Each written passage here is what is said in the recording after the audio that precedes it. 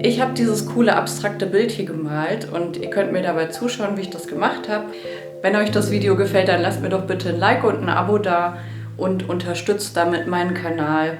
Das bedeutet mir auf jeden Fall sehr viel. Jetzt wünsche ich euch erstmal ganz viel Spaß mit diesem Video.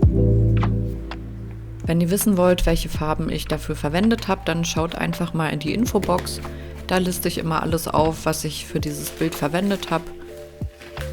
Ich ziehe mir hier auch Handschuhe an, weil ich einfach meine Finger schützen möchte vor der Farbe. Ist ja auch nicht ganz so gesund erstmal. Und auf der anderen Seite, dieses viele Händewaschen trocknet einfach die Hände aus und die sind jetzt im Herbst, Winter sowieso schon trocken genug. Deswegen Handschuhe an und los geht's.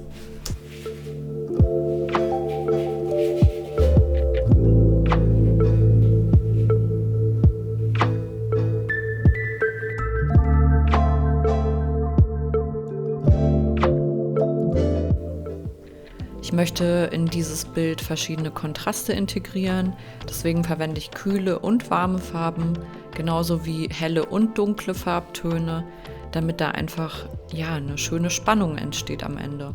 Es sollen ja frostige Farbtöne kombiniert werden mit diesen warmen Orangetönen und das ist einfach für mich auch schon so eine winterliche Stimmung. Ich denke da einfach an Eis und Mandarinen und dieses frostige, knackig kalte Wetter draußen und andererseits diese Behaglichkeit drin mit irgendwie leckeren Zitrusfrüchten. Ja, keine Ahnung, schreibt mir gerne mal in die Kommentare, ob ihr auch solche Assoziationen damit habt.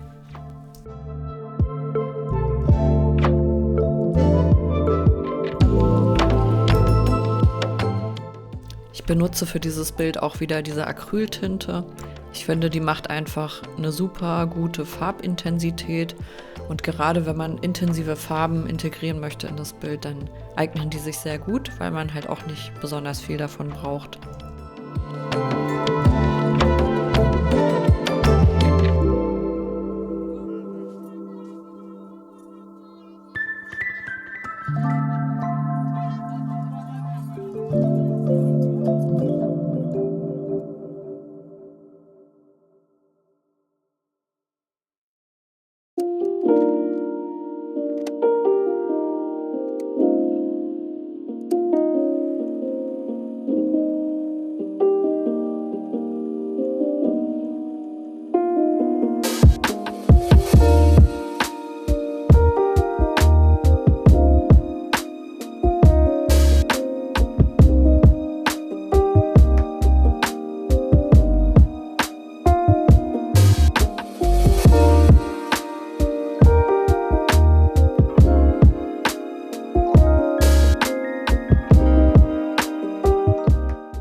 Ich möchte das Titanweiß, was ich gleich verwenden werde, auch über die ganze Fläche so ein bisschen ziehen und deswegen benutze ich dafür diesen Malerspachtel hier. Später gehe ich dann auch nochmal mit einem Malmesser rein, aber für die großen Flächen eignet sich das ein bisschen besser.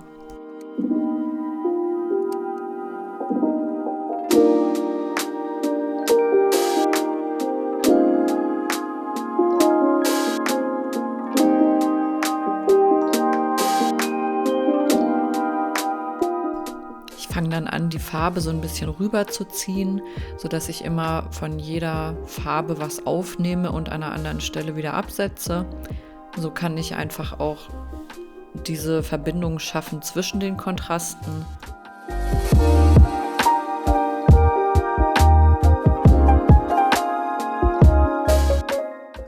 Wichtig ist auf jeden Fall, dass man zwischendurch den Spachtel auch wieder sauber macht. Also habt am besten immer ein Küchentuch oder sonst was parat oder ein Handtuch oder so, woran ihr das abwischen könnt. Weil sonst hat man manchmal dunkle Farbverschmierungen da, wo man sie nicht haben möchte. Oder blau, wo man halt kein Blau möchte. Und deswegen immer wieder zwischendurch abwischen ist ganz wichtig.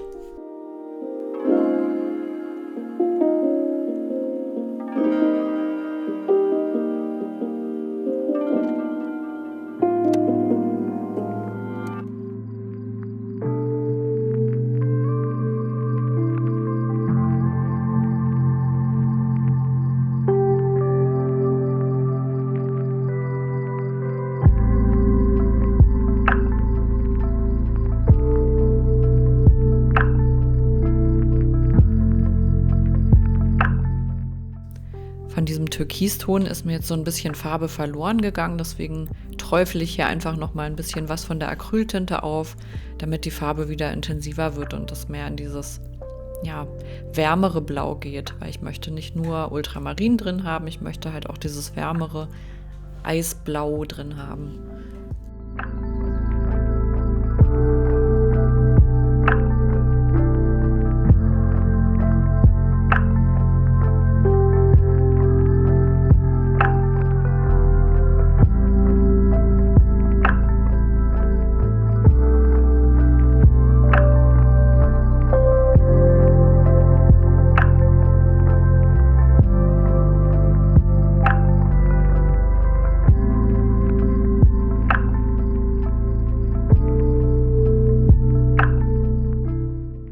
Ich hatte es ja vorhin auch schon erwähnt, dass ich immer mit dem Malmesser auch noch mal reingehe, weil ich damit einfach die Übergänge besser glätten kann und das dann nicht ganz so streifig wird und ich außerdem feinere Texturen damit noch gestalten kann.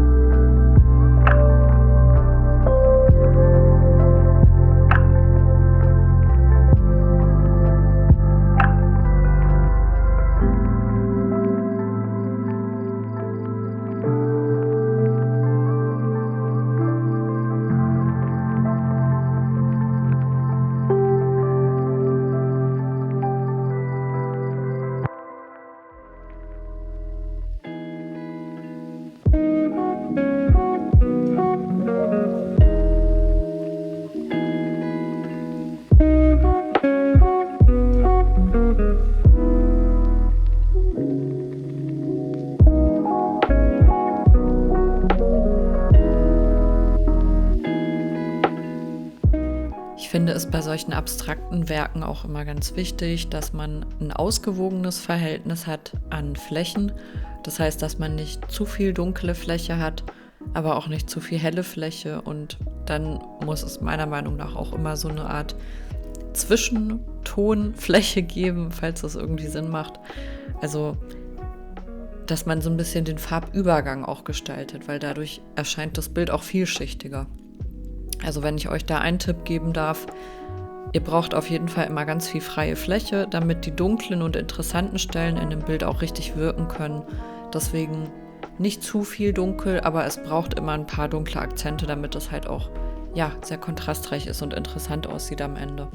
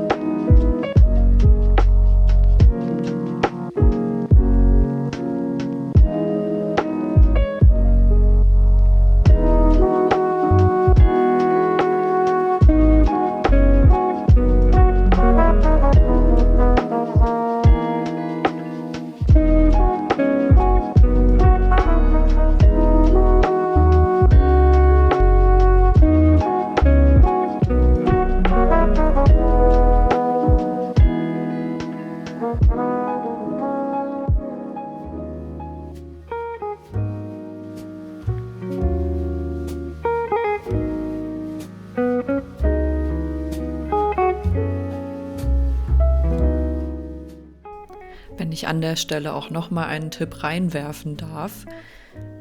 Ich finde es immer gut, wenn man auch Beige und Grau mit reinbringt. Also nicht nur das blanke Titanweiß, sondern diese ganz feinen, hellen Farbabstufungen. Ich finde, die machen so einen riesen Unterschied und dadurch bekommt das Bild auch viel mehr Lebendigkeit am Ende. Also achtet unbedingt auch darauf, dass ihr genügend warme Farbtöne in Zwischenabstufungen mit reinbringt. Ich hatte es ja auch schon mal gesagt, aber dass das Bild halt nicht zu kühl wirkt, weil dieses reine Titanweiß, das wirkt einfach zu krass manchmal. Und so bekommt ihr am Ende auch viel mehr Natürlichkeit in das Bild rein, was auch wiederum ansprechender wirkt und einfach, ja, spannender.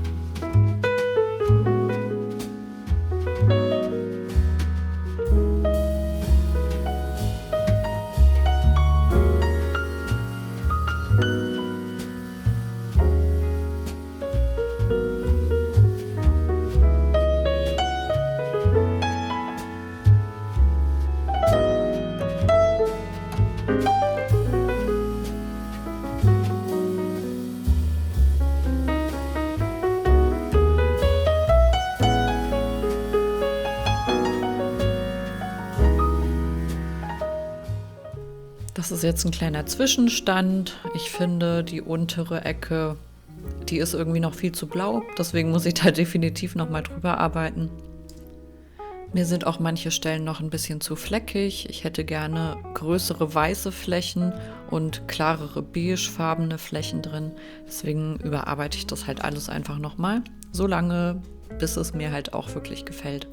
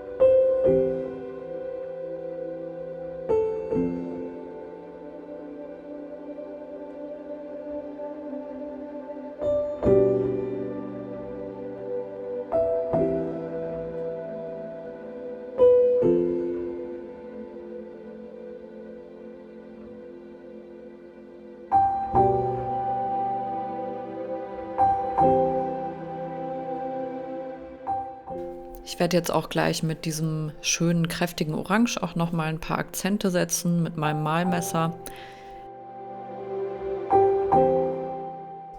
Ich kann euch aber nur empfehlen, dass ihr dabei Handschuhe tragt, weil mir ist das Ganze halt an den Händen runtergelaufen, weil es halt viel zu flüssig ist. Und normalerweise hätte ich das auch ein bisschen verdicken müssen mit ein bisschen Orange oder so. Also hier seht ihr es zum Beispiel. Das ist genau das, was ich meine und warum ich am Anfang auch Handschuhe getragen habe.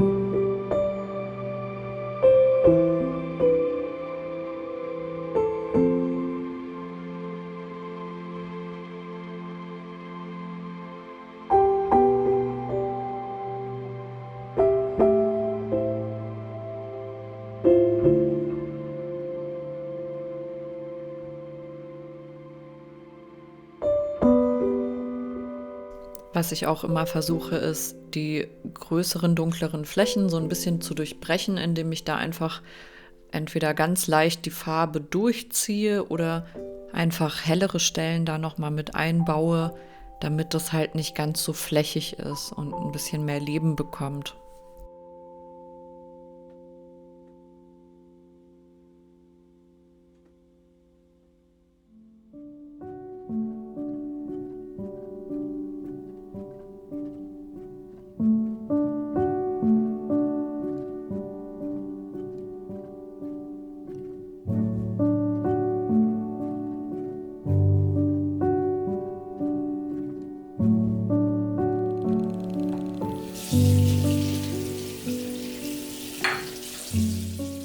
Ich wasche meine Pinsel übrigens immer sofort aus, nachdem ich gemalt habe. Ich mache das sogar auch zwischendurch und wasche mir auch die Hände, weil je länger die Acrylfarbe antrocknet, desto schlechter geht die raus.